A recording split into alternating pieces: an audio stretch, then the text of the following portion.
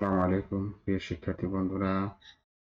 যে বিষয়টি নিয়ে কথা বলবো তোমাদের সাথে সেটি হচ্ছে নবম শ্রেণীর গণিতের 3 নম্বর মডেলের 7 থেকে 11 পর্যন্ত যে রচনামূলক প্রশ্নগুলো আছে এগুলো সমাধান করে দেওয়ার চেষ্টা করবো ইনশাআল্লাহ। ইতিমধ্যে আমরা স্পেশাল মডেল টেস্ট 3 এটার ক বিভাগ আপলোড করেছি, ক বিভাগও সম্ভবত করেছি। আবার রচনামূলক প্রশ্ন 2 থেকে 6 নম্বর পর্যন্ত আপলোড করেছি। আজকে রচনামূলক প্রশ্ন 7 থেকে 11 নম্বর পর্যন্ত আপলোড করে দেবো ইনশাআল্লাহ। তোমরা আমাদের সাথেই থেকো। ইতিমধ্যে যারা চ্যানেলটি সাবস্ক্রাইব করেছো তাদেরকে অসংখ্য ধন্যবাদ। যারা এখনো চ্যানেলটি সাবস্ক্রাইব করোনি তারা সাবস্ক্রাইব করে আমাদের পাশে থাকবে ইনশাআল্লাহ। চলো শুরু করা যাক। আমরা দেখতে পাচ্ছি 3 নম্বর মডেল। তো এই 3 নম্বর মডেলের এই যে 6 নম্বর থেকে 6 নং থেকে 11 নম্বর প্রশ্নগুলো আমরা একটু সলভ করে দেওয়ার চেষ্টা করবো। 7 নম্বর প্রশ্ন থেকে। তোমার 7 নম্বর প্রশ্নটা একটু দেখি।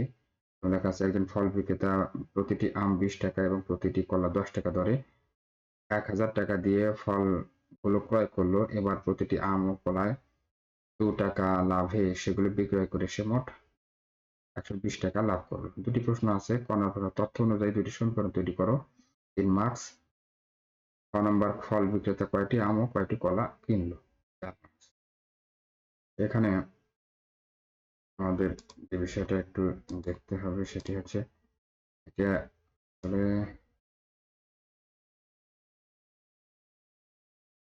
শিক্ষার্থী বন্ধুরা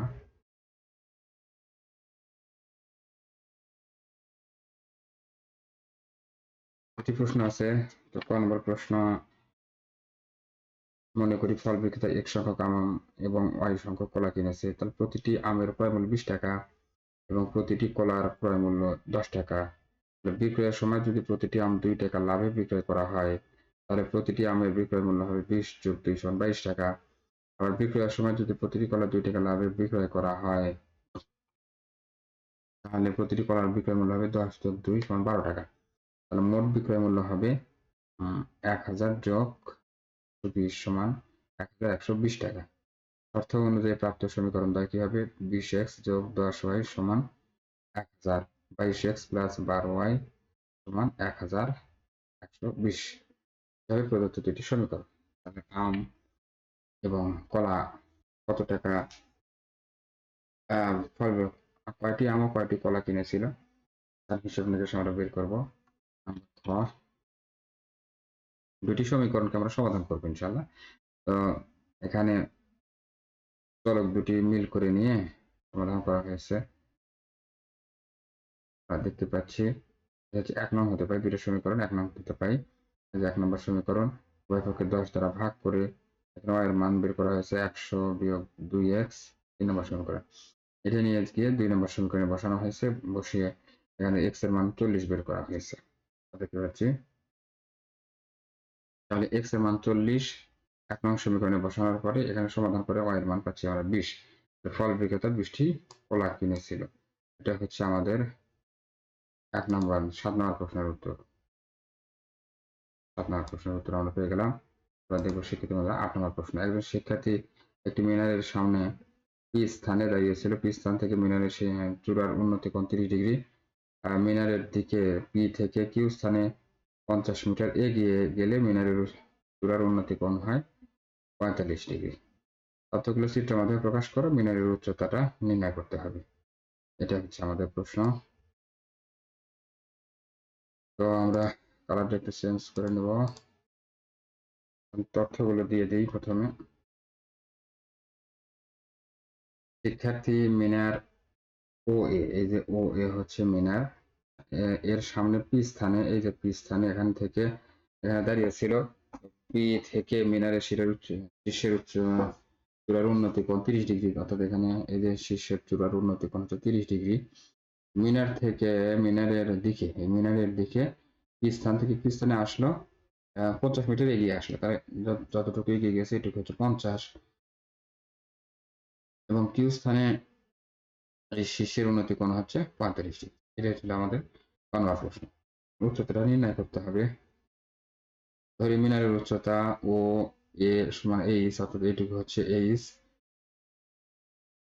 তাহলে ও কিউ এ এই ত্রিভুজটাতে আমরা পাচ্ছি কি কি কিউ এ, অর্থাৎ কিউ এ এইটুকুর মান আমরা ধরে নিলাম এক্স। তাহলে এইটুকুতে এইচ, সমকোণী ত্রিভুজ ও পি এ, পুরো ত্রিভুজে ট্যান যদি নেই তাহলে ও কিউ, এই ত্রিভুজটাতে ও কিউ এ পাচ্ছি কি আমরা বিপরীত বাহু অর্থাৎ লম্ব বাই ভূমি। তাহলে ও কিউ এ যদি ভালো হতো এখানে ও কিউ এ, এখানে ও কিউ এ অর্থাৎ এই ত্রিভুজটা নিয়ে আমরা যেটা কাজ করতেছি এখানে ও কিউ এ কিউ এ এই ত্রিভুজে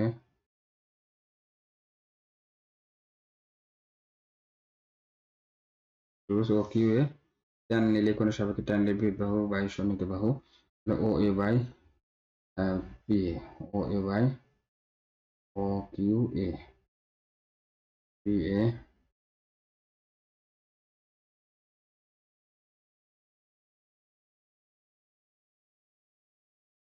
তাহলে এখানে একটা জিনিস আমি পরিষ্কার করে দিই, এখানে ত্রিভুজ ঠিক আছে, কোণটা পরিবর্তন করতে হবে।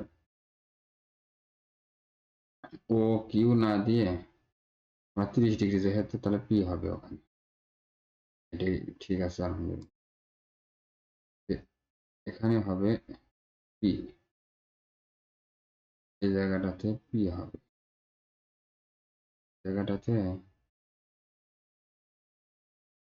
পি হবে O P O P A. তাহলে এখান থেকে আমরা 30 ডিগ্রি কোণের সাপেক্ষে tan 30 সমান ও এ বাই পি এ, তো পি এর মধ্যে তো দুই ভাগ আছে 50 প্লাস এক্স, এখান থেকে আমরা রুট 3 এইচ সমান 50 যোগ এক্স পাইলাম।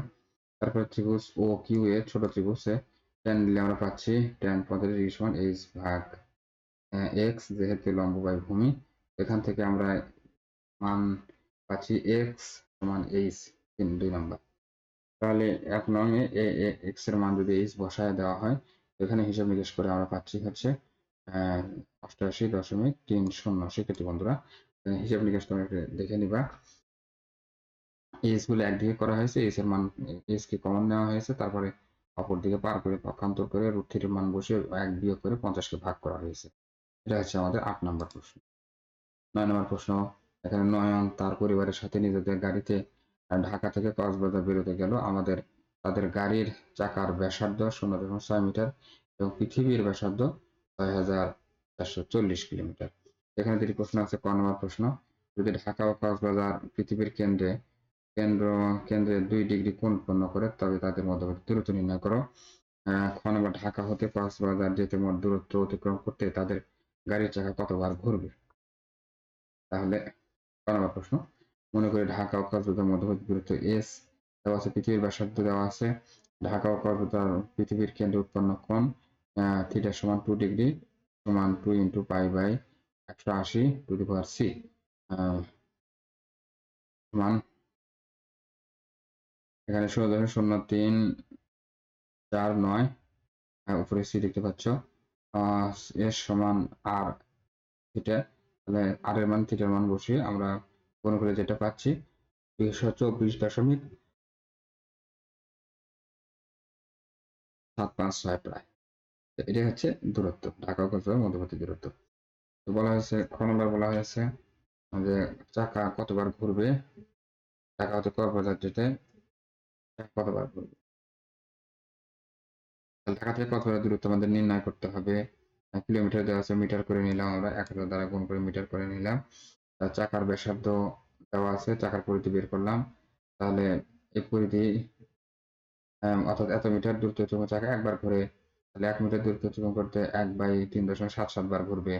তাহলে টোটাল যে দূরত্ব, এই টোটাল দূরত্ব অতিক্রম করতে চাকা ঘুরবে কত, অর্থাৎ 77 দ্বারা অর্থাৎ 3.77 দ্বারা একে ভাগ করলে পাচ্ছি আমরা এত। তো এটা ঘোড়ার সংখ্যা পূর্ণ সংখ্যক বার করে নিলে পাচ্ছি আমরা কত, 59,617 বার ঘুরবে ইনশাআল্লাহ। তো 10 নম্বর প্রশ্ন চলে যাচ্ছি। সাকিবের 8 ম্যাচের সংগৃহীত রান এখানে দেওয়া আছে। তাহলে সাকিবের রানের গড় নির্ণয় করো। তো অর্থাৎ যে কয়েকটি রান আছে, 8টি রান, 8টি ম্যাচের 8 ম্যাচের রান, তো 8 দ্বারা টোটাল রান সংখ্যা যোগ করে 8 দ্বারা ভাগ করতে হবে, তাহলে আমরা গড় নির্ণয় করতে পারবো। খ নম্বর, সাকিবের রানের যে মধ্য গড় রান অপেক্ষা বেশি দেখাতে বলা হচ্ছে। গ নম্বর বলা হচ্ছে মধ্য থেকে গড় ব্যবধান নির্ণয় করে, মধ্য থেকে গড় ব্যবধান। খ নম্বর প্রশ্নটা দেখবো ইনশাল্লাহ। ক থেকে পাই গড় রান হচ্ছে 71.5। সাকিবের সংগৃহীত রান ঊর্ধ্বক্রমে সাজিয়ে পাই, সাধারণ হলো এন সংখ্যক অর্থাৎ 8, যা একটি জোড় সংখ্যা। তাহলে মধ্যক নির্ণয় করতে গেলে জোড়ের যে সূত্র আছে n/2 তম পদ যোগ n/2 প্লাস 1 তম পদ ভাগ 2, অর্থাৎ 8/2, তারপরে 8/2 যোগ 1, অর্থাৎ হচ্ছে 4 এবং 5 তম পদ। তাহলে 4 এবং 5 তম পদ হচ্ছে 72 এবং 76 যোগ করে দিতে ভাগ করলে পাই 74। মধ্যক 74, যা গড় রান 7.15, 71.5 অপেক্ষা বেশি। সাকিব রানের মধ্যক কত, গড় রান অপেক্ষা বেশি, এটা দেখানো। তারপরে মধ্যক থেকে গড় ব্যবধান নির্ণয়, রান এদিকে আমরা বিয়োগ করে রেখেছি। মধ্যক থেকে যদি আমরা রান বাদ দেওয়া হয়, অর্থাৎ রান থেকে মধ্যকের মান 74 বাদ দেওয়া হয়, তাহলে আমরা এগুলো মানগুলো পাচ্ছি।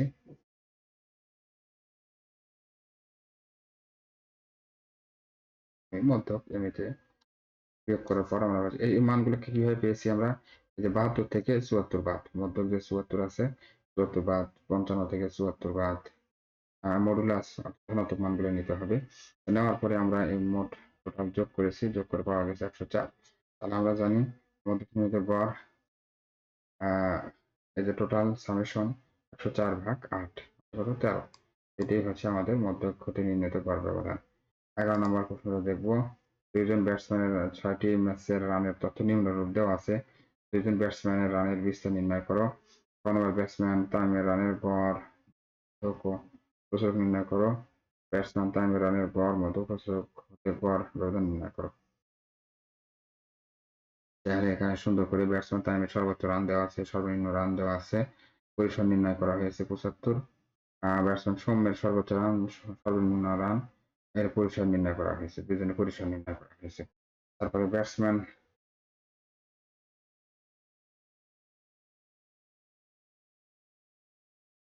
তামিমের রানের গড় মধ্য প্রসারক।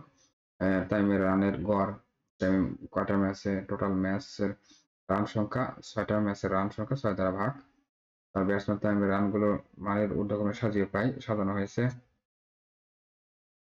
সাজানোর পরে যেহেতু জোড় সংখ্যা, জোরের যে সূত্র লেখা হয়েছে, লিখে 3তম পদ এবং 4তম পদ বসিয়ে আমরা পেলাম হচ্ছে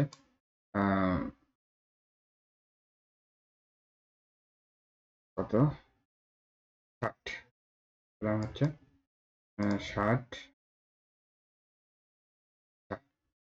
আবার উপাত্তগুলোতে কোনো পদ একাধিকবার নেই, সুতরাং এই উপাত্তে প্রচুরক নেই। আমরা যদি হিসাব নিকাশ করে দেখি, কোনো সংখ্যা কিন্তু একাধিকবার নাই। 45, 75, 100, 25, 65, 55 নাই, এজন্য প্রচুরক নেই। ব্যাটসম্যান তামিমের রানের গড় মধ্য প্রচুরক হতে গড় ব্যবধান নির্ণয় করো। তামিমের রান এখানে হচ্ছে গড়, আর এখানে হচ্ছে মধ্যক এমই। তাহলে গড় হতে নির্ণীত গড় ব্যবধান আমরা এই সবগুলো যোগ করে পাইছি কত, 115কে 6 দ্বারা ভাগ। আর মধ্যক হতে, তাহলে মধ্যকের এখানে টোটাল যোগ কত, 115, 115কে 6 দ্বারা ভাগ, এখানে পাচ্ছি 19.17, এখানে 19.17। যেহেতু উপাত্তগুলোর প্রচুরক নেই, তাই প্রচুরক হতে গড় ব্যবধান নির্ণয় করা যাবে না। অতএব আমরা শিক্ষার্থী বন্ধুরা দেখলাম 3 নম্বর মডেলের একেবারে 7 থেকে 11 নম্বর প্রশ্নের উত্তর আমরা দেখলাম। এই যে 7 থেকে 11 3 নম্বর মডেলের উত্তরগুলো দেখলাম। আমি একটু বেশি ডিটেলস আলোচনা না করে শর্টকাটে আলোচনা করেছি, তা সময় অতি অল্প, যার কারণে শিক্ষার্থী বন্ধুরা, যদি কোনো কিছু বলার থাকে কমেন্টস জানাবা। আর আশা করবো সবাই চ্যানেলটি সাবস্ক্রাইব করে রাখবে। পরবর্তী বিভিন্ন আপলোড তোমাদের কাছে চলে যাবে ইনশাআল্লাহ। তো কথা না বেরিয়ে শেষ করব। তো আল্লাহ তাআলার কাছে নিজের সফলতা চাইবা নামাজ পড়ে দোয়ার মাধ্যমে। আল্লাহ তাআলা যেন দুনিয়া ও আখিরাতে আমাদেরকে সফল করে দেন। তো কথা না বেরিয়ে শেষ করছি। সবাই ভালো থেকো, সুস্থ থাকো। আগামীকাল সুন্দর করে পরীক্ষা দিবে ইনশাআল্লাহ। তো সবাইকে ধন্যবাদ। আসসালামু আলাইকুম ওয়া রাহমাতুল্লাহি ওয়া বারাকাতুহু।